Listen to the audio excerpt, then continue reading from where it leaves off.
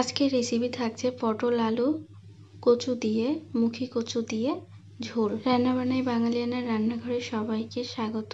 মাছ দিয়ে ঝোলটা রান্না করা হবে, এই জন্য মাছগুলো ভেজে নেওয়া হচ্ছে। সবজি দিয়ে মাছের ঝোল রান্না করার জন্য আগে মাছগুলোই ভেজে নিতে হয়। মাছ ভাজা থাকলে রান্নার কাজ অনেকটা এগিয়ে যায়। তেলের উপর ফোড়ন দিয়ে কাঁচামরিচ, শুকনো মরিচ, জিরা ফোড়ন দিয়ে কেটে রাখা পটল আলু আর মুখী কচু তেলের মধ্যে দিয়ে লবণ হলুদ পরিমাণ মতন দিয়ে ভেজে নিতে হবে বেশ কিছু সময়। আর কেন জানি কী যে হয়েছে বুঝতে পারছি না, ভিডিও করা এডিটিং এইগুলো আমার আর কোনো কিছু ইচ্ছে করতেছে না। হঠাৎ করে কেন জানি পেজের উপর থেকে মনটা উঠেই গেল বলা যায়। এমনটা কেন হলো কিছুই বুঝতে পারছি না, কিছুতেই মন বসাতে পারছি না পেজের কাজে। সব কিছু মিলায়ে কাজ করতে ভালো লাগছে না, কেন লাগছে না এটা বুঝে উঠতে পারছি না। নিজের কথা অনেকই বললাম, এবার রেসিপিতে ফেরা যাক। মাছ দিয়ে মুখী কচুর ঝোল খেতে ভালো লাগে আর তার সাথে অ্যাড করা হয়েছে পটল আলু। তো সব মিলিয়ে রেসিপিটা একটু অন্যরকমই।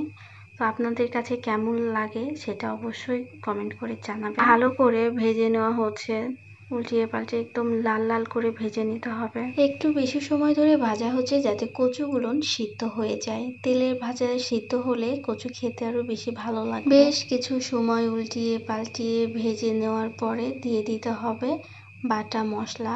মশলায় আছে আদা, জিরা, শুকনো মরিচ বাটা। এই মশলাটা দিয়ে আবারও বেশ কিছু সময় ভালো মতন কষিয়ে নিতে হবে যাতে কাঁচা মশলার গন্ধ না বের হয়। সবজিগুলো যতটা মশলার সাথে কষানো যাবে তরকারির স্বাদ তত বেশি হবে। আর এই মশলা কষানোর সাথে আলু কচু দুটোই খুব ভালো মতন সিদ্ধ হয়ে যাবে। মুখী কচু অথবা বয়া কচু, আমাদের এলাকাতে বয়া কচু বলে, তো অনেকের আবার মুখী কচু বলে। আমি মুখী কচু বলেই বললাম যে আঞ্চলিক ভাষায় বয়া কচু কেউ চিনবে হয়তো, কেউ চিনবে না। তো এই কচু দিয়ে যে কোনো রেসিপি তৈরি করে খেলে অনেক বেশি টেস্ট লাগে, অনেক পছন্দের একটি সবজি। আমার প্রিয় পরিবারের প্রিয় সদস্যরা তোমরা একটু বেশি বেশি করে ভালোবাসা দাও, এমনিতেও তোমরা অনেক বেশি সাপোর্ট করো, ভালোবাসা দাও জানি, আরও একটু বেশি দাও কারণ পেজের রিচ ডাউন হয়ে গিয়েছে।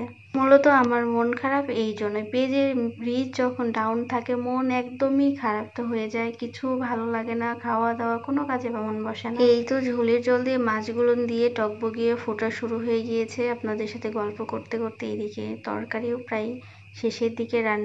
রান্নার সাথে মনের খুব মিল আছে। যেদিন মন ভালো থাকবে দেখবেন রান্নার স্বাদ দুর্দান্ত হয়েছে, আর যদি মন ভালো না থাকে রান্নাও কেমন যেন ছাড়া ছাড়া হয়ে যায়, মানে টেস্টে স্বাদবিহীন একটা ব্যাপার থাকে। পেজের সাথে আমার এমন একটা সম্পর্ক হয়েছে, পেজে একটু কিছু দেখলে মনের মধ্যে খুব খারাপ লাগে, কেমন কেমন করে, ভালো লাগে না।